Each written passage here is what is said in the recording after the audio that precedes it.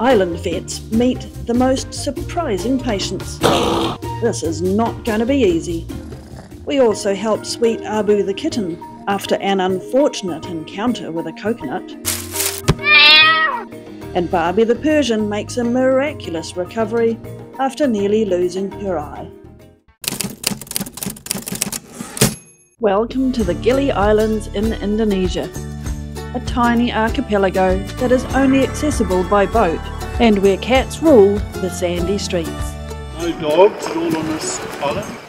Join Dr Alison, a slightly cat-crazy veterinarian from New Zealand, and her intrepid husband Graham, where we help out at the local vet clinic, Luni, Lombok. A unique an animal charity dedicated to caring for the strays and street cats. Together, making a difference for all the animals on islands where a cat ambulance looks like this, and public transport looks like this. Stay tuned to discover the joys and struggles of being a vet in such a beautiful yet remote location. Today's patients look like bizarre raccoon dog cats. They are two types of Asian Civets that have been rescued from failed adoptions and the Kopi Luwak coffee trade. And today they are here for castration surgery. Rocket is an Asian Palm Civet from Java, and Chewy is a Sumatran white masked Palm Civet. Well, I've never had a civet before. I know, it's okay. He's not mean, he's just really afraid of humans. One thing for sure, they're not your average patient. It's mine. It's okay, it's mine, yeah. Chewy's obviously not sedated. You want some more sleepy medicine in your mouth? Sedation is first given to them by squirting it in their mouths while they are still in their cage, so they get sleepy before bringing them out and handling them. This is less stressful for the animal and safer for the vet staff too. Unfortunately, the medicine does not taste so good. That tastes terrible, doesn't it? It's not strawberry flavoured or even banana, which is Chewy's favourite flavour. Oh, Rocket, you are so sneaky. Civet musk used to be used for manufacturing perfumes. In early history, the musk was more valuable than ivory, gold or myrrh, and traded with Egypt, Zanzibar and India. Nowadays, perfume manufacturers have switched to synthetic musk due to ethical considerations for the civet's welfare. Well, there you go.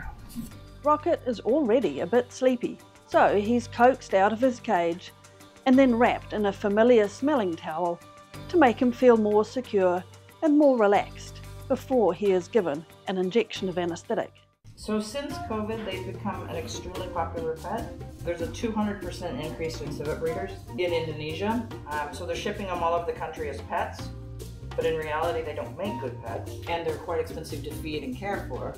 So then you end up with locals who have civets who they can't care for, and they're either releasing them in areas where they're non-native or they're basically giving them away because they can't take care of them anymore. The vets check how sleepy Rocket is, and then a front leg is clipped, ready to place an IV line that allows fluid support and medication to be given during surgery, and then he is shaved and prepped ready for surgery.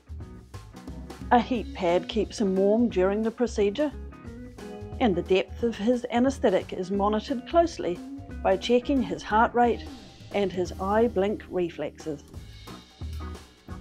After a successful surgery, Rocket is snuggled up warm to recover, while preparations are made for Chewy. Hopefully he's asleep and not barking. Not so sleepy, so an injection is needed. Holding the base of his tail is a safe way to restrain a civet. Then we just let him relax and let the anaesthetic kick in. Animals' eyes can dry out when under anaesthetic, so artificial teardrops are applied. Look how big his teeth are. You need a dental clean and polish, Chewy. You won't need those anymore. Both anaesthetics were monitored closely. 126 beats per minute. Once Chewy is sleeping like a baby, he loses the crown jewels as quickly as Rocket did. Once the procedure finished, we took the opportunity to satisfy our curiosity by having a closer look. Both civets are given pain relief by injection, and an increasing blink and whisker movement reaction tells us he is waking up. We let Chewy wake up in his cage so he feels safe in a familiar enclosure. Kopi Luwak, also known as civet coffee, is a unique type of coffee that originates from Indonesia, and it's one of the most expensive types of coffee in the world. It is made from coffee beans that have been eaten and then pooped out by the Asian Palm Civet. After being defecated, the beans are collected, cleaned and then roasted, a process that supposedly enhances the flavour of the coffee. However, the traditional method of collecting feces from wild Asian palm civets has given way to intensive farming methods where the civets are kept in cages and force-fed the beans. Rocket and Chewy were lucky to escape that fate. Just a little unusual. Definitely a first for Ali the vet. So what's just happened here? This is Abu, little silver tabby kitten, who lives on the tropical island paradise of Gili Trawangan. But unfortunately, on tropical island paradises, you have got coconut trees, and unfortunately, little Abu got hit by a coconut and broke his back leg. Ouch. Poor Abu arrived at the clinic in a lot of pain. Hi, baby. So he was given pain relief and sedation straight away so X-rays could be taken. Poor Abu's femur was shattered, a major injury. How can the vets fix this for Abu? Having access to X-rays is so helpful. But Ali does joke when a cat sits on the copier, "We've got a cat scanner." We've got a cat scanner. But with no equipment on the island to pin or plate the bone, we were left with only one choice to save his life. That was to amputate the damaged leg. A dramatic decision, but we had to do it to give Abu a chance. We had basic surgical equipment, but no bone saw. So we walked down to the local hardware store for supplies that we could sterilise for the surgery.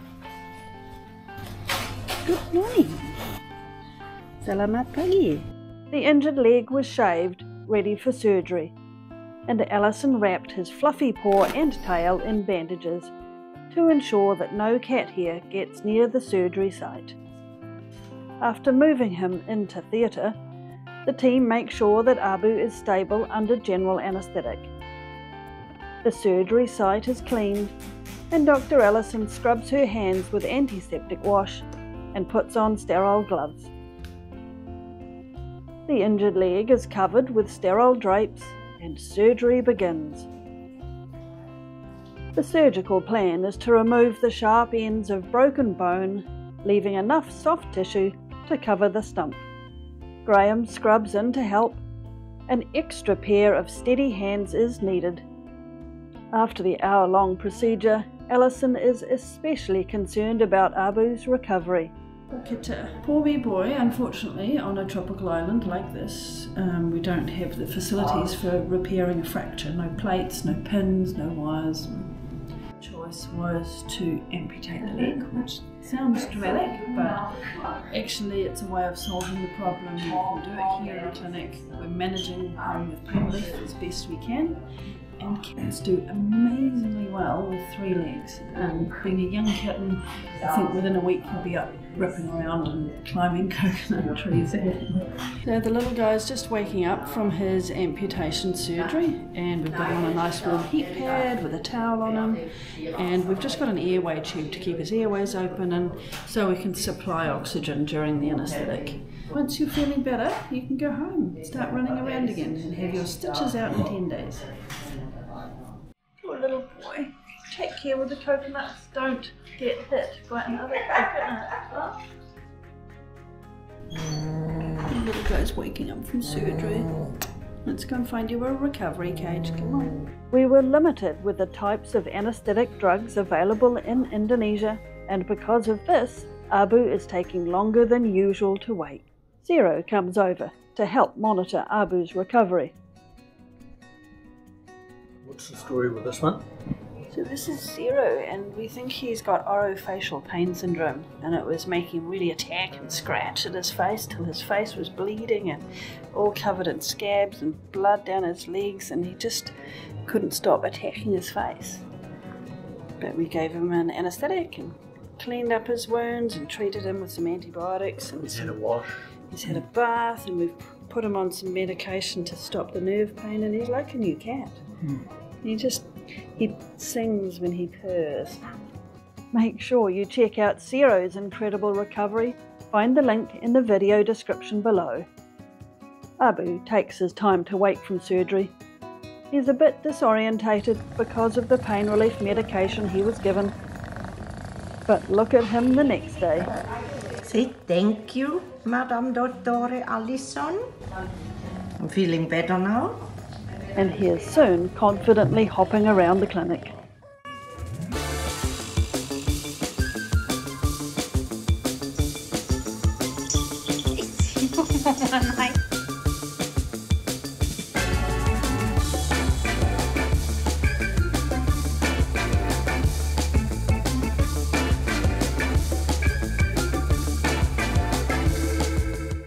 Living on a sandy tropical island that could be seen as a giant cat litter box sounds just like a perfect cat's life. But Barbie the Persian cat had been struggling with an eye infection caused by a cat flu virus. Oh, look at that eye. So this cat probably has herpes virus, and he keeps getting the flu and flare-ups in his eyes, which causes an ulcer, and then the ulcer has got a sequestrum. A sequestrum is like a scab of dead tissue on the eye surface that the body struggles to heal. In New Zealand, an eye specialist maybe would try and remove the sequestrum and put a graft over that eye, but that may be too complicated for what we can manage here. So maybe we have to look at surgery to remove his eye if it's really painful for him. It got so bad that Dr Alison thought it was beyond saving, and because it was so painful, we discussed removing her eye to alleviate the discomfort. Cats do manage well with one eye. They use their other senses to move around, but this surgery was not without its risks. Persians have short noses and struggle to breathe under anaesthetic, and we were worried the anaesthetic might be too much for an older cat to survive. But she was in so much discomfort, we made plans to do the surgery. Before the operation could proceed, we needed a few days of treatment with extended antibiotic cover to help avoid infection after surgery, and we added in some antiviral eye drops and supplements along with pain relief. But by the time surgery day arrived, and to Dr Alison's surprise, Barbie's eye had improved so much, and of course surgery was delayed to buy more time. Can you see how much clearer the eye looks? To Barbie's relief and her owners, the eye has continued to improve, and here is Barbie today, without having needed risky surgery. What a miracle! If you enjoyed today's veterinary stories from Gili Trawangan, make sure you subscribe to Vet Around the World so you do not miss our upcoming vet and pet adventures from Indonesia and Thailand. Thank you to the Luni Lombok Clinic for hosting us, and for the incredible work you do caring for the animals in the Gili Islands. Breakfast time. Come to visit the Luni Cat Cafe when you visit the Gili Islands and support their work. Links to their website in the description. This is your coffee, sir. Thank you so much. Enjoy your coffee. That looks delicious. And another big thank you to Vets Beyond Borders, who deploy volunteer vets and vet nurses to animal welfare projects, making the world a better place for pets and people. And if you liked this video, please like and subscribe. It costs you nothing, but it helps us to help the animals.